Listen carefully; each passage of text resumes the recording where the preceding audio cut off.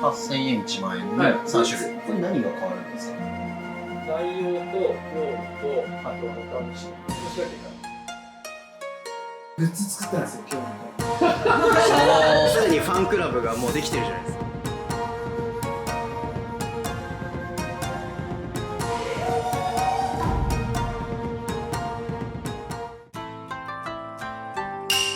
白魚でございます。いきます。白魚って冬のお魚なんですか？いや今いいっすね。今いいですか？生姜でさっぱり、プリプリで美味しい。今おいくつでしょう？今21です。今年22になる。今日が最後の日曜日です。この寿司ゆうまは年に数回かの。いや、今日初めてです。今日初？はい。お客さんの前で握るんです。それは楽しみですね、1貫目。ウリでございます。今日のシャリはユーマも全部自分で。初めて炊くところから。米酢でちょっと柔らかめで、しかも酸が立って酢飯っていう感じがすごいですよ。美味しいです。ウリの炙りでございます。これ上乗ってるのは柚子胡椒おろし、すごく合います。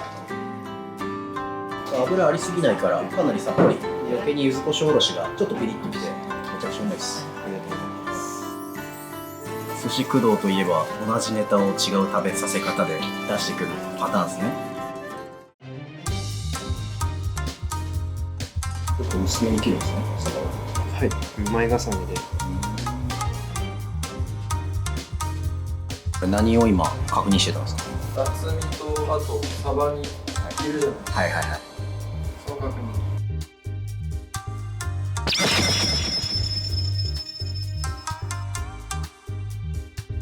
気持ちこもってますね。緊張感あるけど伝わってきますよ。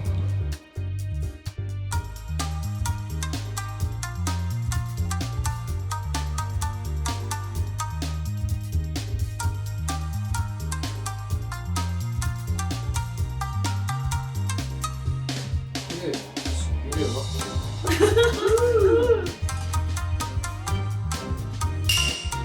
サバでございます。2枚重ね。すごいスレンダーで美しい。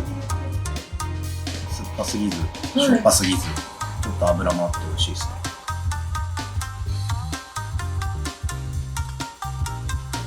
まず指の本数で幅を確認してるんですけど、そうです。切り付け本当難しいですね。つけが一番難しい。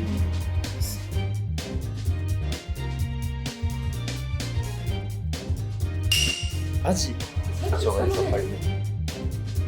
シャープな味だ。アジの塩味とほんのりした油とシャリの酸が結構あるんで、寿司食べてるっていう感じがします。ホタテ。バランスが取れたいい方。このいい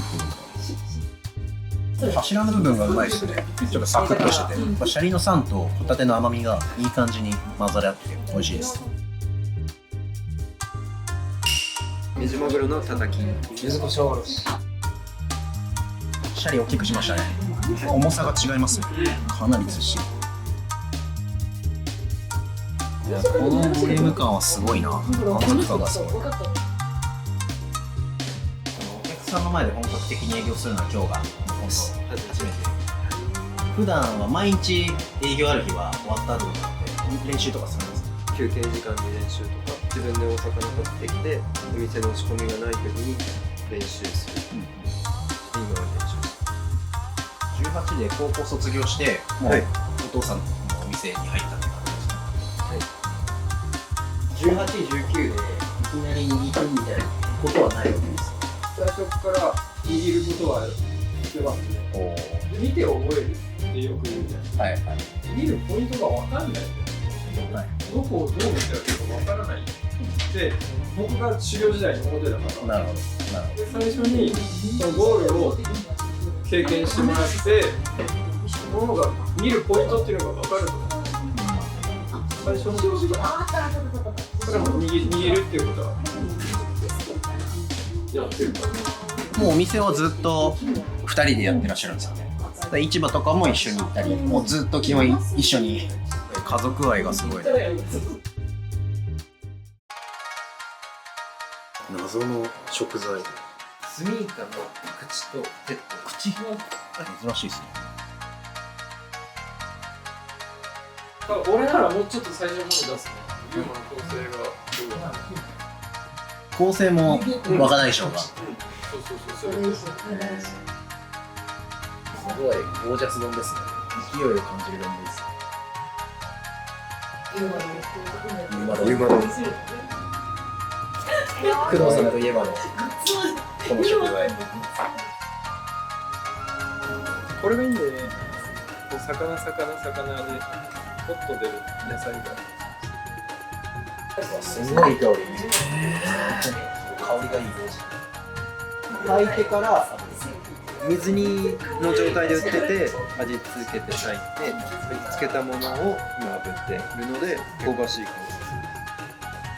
出かけにも手間がかかってるわけです。り。しらすと白子いくら。それ入れたつ冷たき。すごい盛りだくさん。これも柚子胡椒ですか？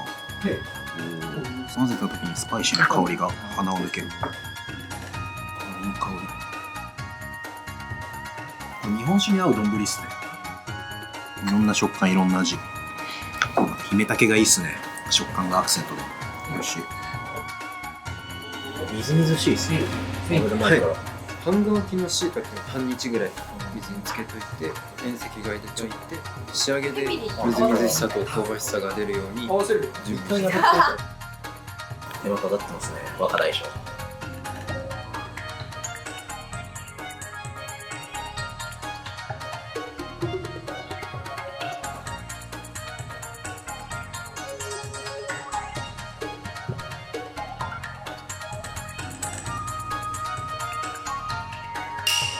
椎茸。食感がまた面白い。いや、美味しいです。はい。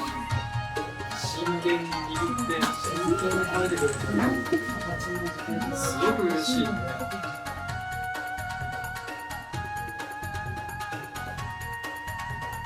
デザート出るとは思わなかったです。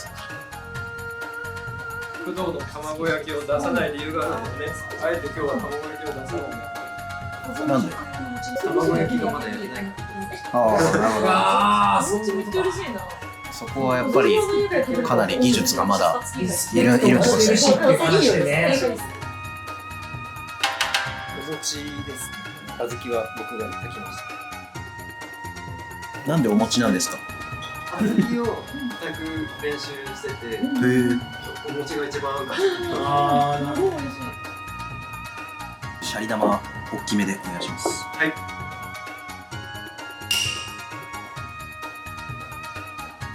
酸はあるんですけど、柔らかさ含めてすごい優しさがあるんで、そう優しい。丁寧な感じがすごいするシャリリズムも良くなったね。いただきます。玉。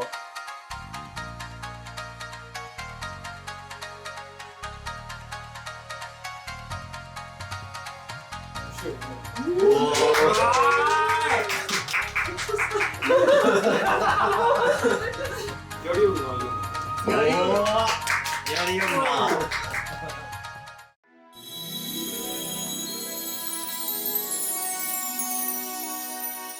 かなり厚めに切るんですね。これを、はい、開きます。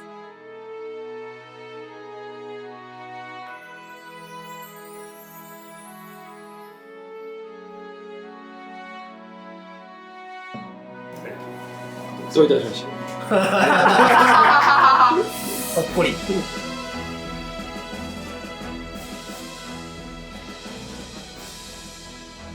いや、面白い形だね、これ。うわ、すごいフォルム。これうまいよ。今日でね、10日目か。熟成で。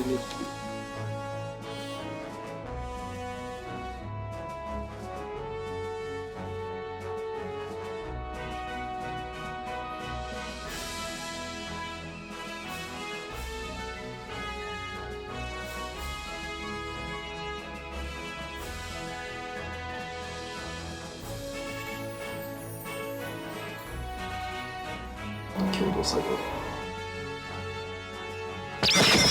マグロのたたき、柚子胡椒おろし。シャリ大きくしましたね。重さが違いますね。かなりずっしり。食べ応えすごいですね。ちょっとシャリが少ないとネタが余っちゃうんで、なんでこの切り付けにするんですか。若大将なんでですか。食べ応え。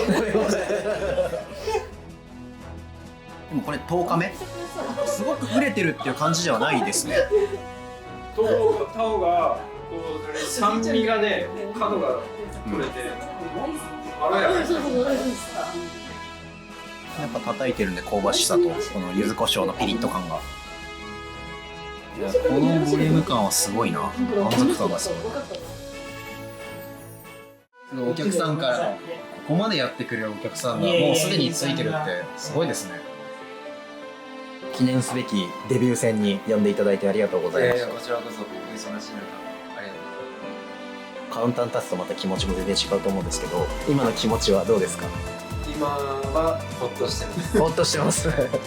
感謝してもしきれないぐらいありがたい経験をさせていただきました。お寿司の道行かれるときに、親父さんがやってるからその店をこう手伝って勉強させてもらうっていうパターンもあれば、どこかの名店にこう修行に入るっていうパターンもあるわけじゃないですか。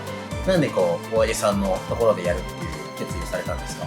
最初は父親がお寿司屋さんだったから、はいここでやって、はい日を重ねるにつれて今のあるお店修行を積んだ方がいいんじゃないかと思う時もあったんですけど、違うだった時もあって、重要なのはどこで何をするかじゃなくてそこで何をするか、今あるこの環境でできることを一生懸命ちゃんとやって、そしたら結果は後がついてくるかな。だから今できることを精一杯ちゃんとやる。すごい。僕も心に来るメッセージでした。すごいいいこと言う。なんか僕もそういう気持ちを忘れちゃいけないなって一大人として社会人として思ったので、これからもなんか楽しみにしてます。泣いてる人いる。お客さん泣いてる。母のようなお客さんが愛されてますね。寿司ユーマはもう本当に不定期開催みたいな感じになるんですかね、これから。そうですね。寿司ユーマ開催してくれはい。っていうお客様からのご要望も多かったんですよ。でもなかなかまだ本人の技術と気持ちが追いつかなかった。はい今回やっぱりやるぞっていう気持ちが出てきてるから、じゃあやろうかって感じで。楽しみですね。まだ21歳ですもんね。未来の巨匠。可能性しかないじゃないですか。これからも楽しみにしてます。はい、美味しかったです。ありがとうございます。ごちそうさまでした。あありがとうございりがとうました。ございます。